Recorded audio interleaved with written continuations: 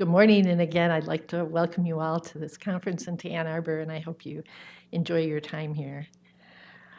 My talk is on perioperative factors in infant development, and that will certainly be my focus, but I wanted to include this slide from a presentation that I gave earlier this year, in part to highlight how important neurodevelopment is from infancy across the lifespan, and how everything along the way makes a difference in outcomes for adult survivors of congenital heart disease. And I know I'm preaching to the choir on that point, but also the relationships and how neurodevelopment is related to parental stress and vice versa, and parenting behaviors contribute to neurodevelopment, and how it's related to physical and psychosocial functioning and quality of life, and how it certainly impacts transition and readiness, the readiness to transition to adulthood, not necessarily transfer. And so how important it is, including that perioperative period.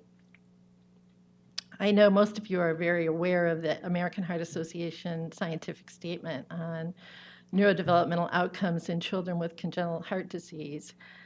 But a really important statement, I believe, that is there in the 20 pages of this important document, is that survivors are at risk for neurodevelopmental morbidity caused by both biological and environmental risk factors. And I hope that we can talk a little bit more about those environmental risk factors that may be more modifiable. As described in the document, some of the biological risk factors include underlying syndromes or genetic developmental disorders, as you've heard about today, which exist in up to 30% of children with congenital heart disease, include the work of Dr. Gaynor and colleagues on polymorphisms of the apolipoprotein E gene and how important that is for neuronal repair. The defect itself, certainly circulatory abnormalities specific to the heart defect, result in altered cerebral blood flow, which affects neurodevelopmental outcome. And we know that there's an increased risk of neurodevelopmental deficits associated with greater complexity of congenital heart disease.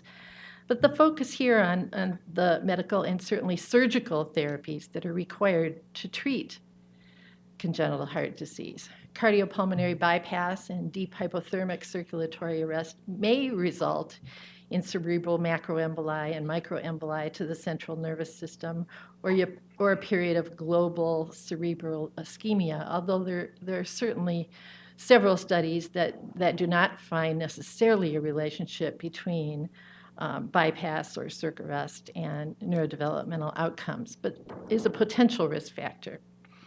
We know that subsequent operations with cardiopulmonary bypass during infancy, in addition to the neonatal surgery, add to that risk. Perioperative seizures related to the surgery is a well-identified risk factor. The need for ECMO or ventricular assist device, and the need for CPR. But an important one that I think I'm going to spend a little more time focusing on is hospital length of stay, or that exposure to the hospital environment. This was a very important study from 2003. So we've known this for a while, that hospital length of stay was very important and related to cognitive outcome at 8 years of age in patients with transposition of the great arteries who had undergone an arterial switch procedure.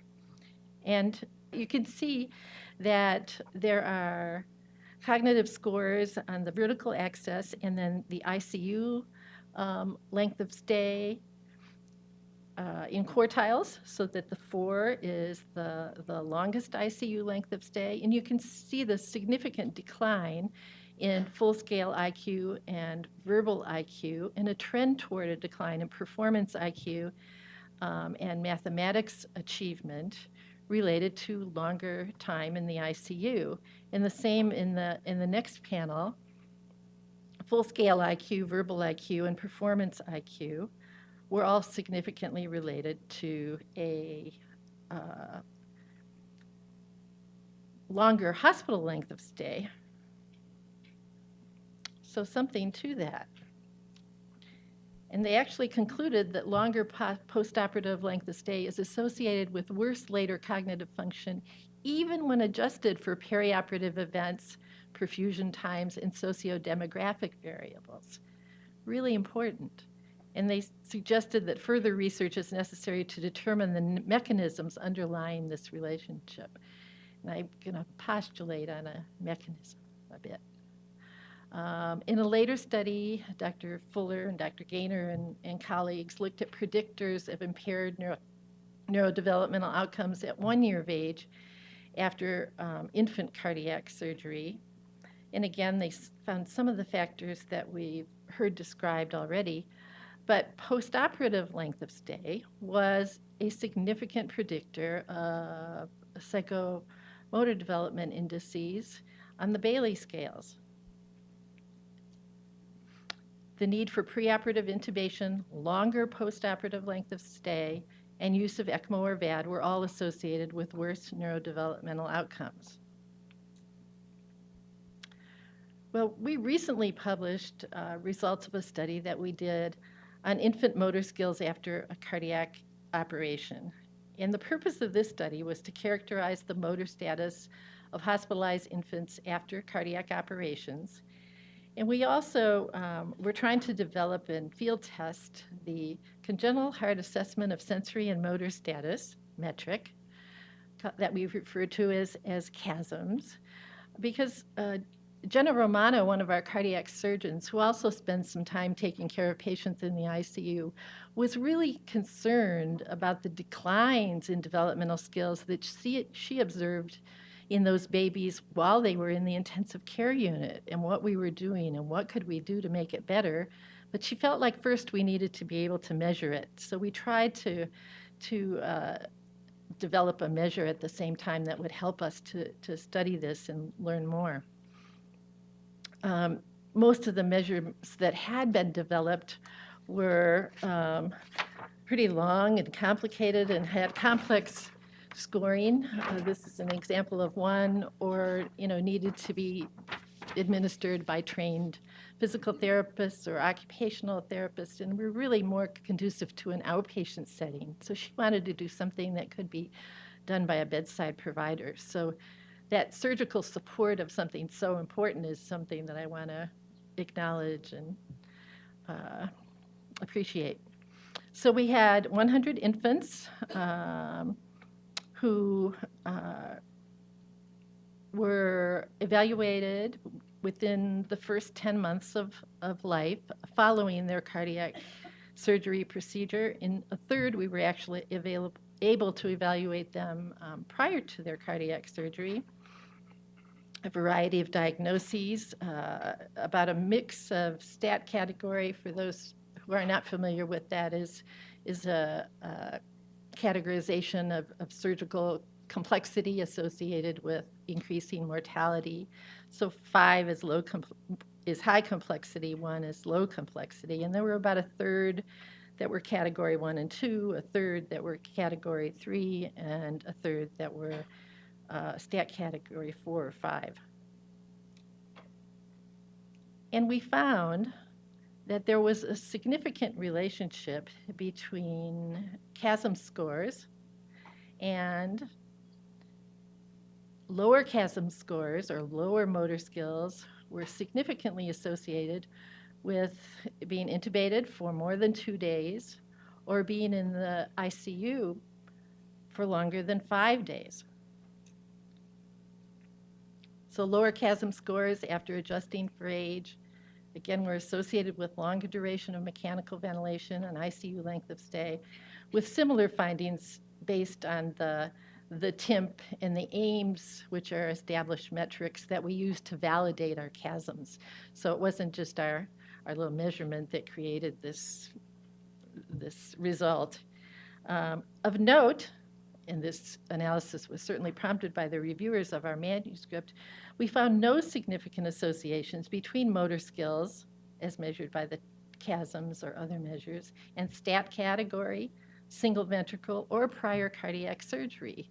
So what was it about hospital length of stay that was making this very significant association? Well, my contention is that the ICU hospital environment is an environment of immobility. And the more prolonged that immobility, certainly it makes sense that you're going to see a more significant decline in infant motor development and skills. And in fact, we saw a decline from pre-op to post-op. So to me, the answer then is we need to do things to increase mobility during hospitalization. Well, what are some of the things that we can do to increase mobility and then hopefully improve neurodevelopmental outcomes in infancy? One, I think, is early extubation. Certainly, extubation is associated with greater use of physical and chemical restraint, drugs to keep those babies from moving. We need to increase the time they spend out of bed, increase parental holding, which is going to happen much more frequently when those patients are not intubated. No, I think not that long ago, we would say that that's one of those unmodifiable factors. If they are intubated, it's because they need to be intubated. Well, the recent collaborative learning study designed a clinical practice guideline. And in the studies, the centers that were randomized to the early extubation protocol, they saw a significantly increased rate of early extubation with no change in the rate of reintubation. So we can do it, and we need to do it. Other things, we need to minimize excessive use of sedation, and Dr. Ranofsky talked a bit about that. That's facilitated by removal of lines and chest tubes. And I think we sometimes think we're leaving them in as long as they need to be, but sometimes we're not thinking about it so much and probably can think about it more and try and remove some of those lines and tubes earlier. And of course, non-pharmacologic pain and comfort measures are really, really important.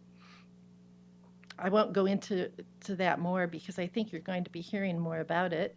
Physical therapy referral, I think we're going to be hearing more about what physical therapy can do from one of our future speakers, so I won't say more about that either.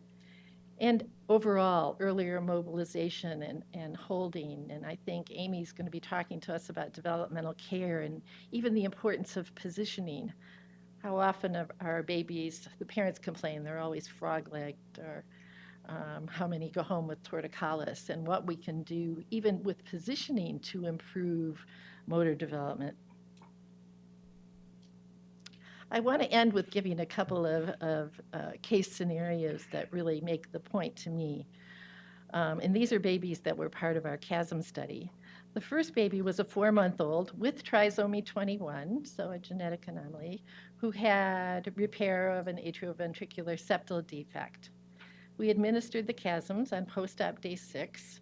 In the prone position, he could lift his head to 45 degrees between the head and chest. In supported sitting position, he could maintain his head in midline for greater than 30 seconds. And he scored at the 50th percentile for age on the Alberta Infant Motor Scale, the AIMS. Note, the infant had been previously enrolled in a study with a tummy time intervention. And you're going to be hearing more tomorrow from Dale Ulrich, who has done a great deal of research in infants with Down syndrome.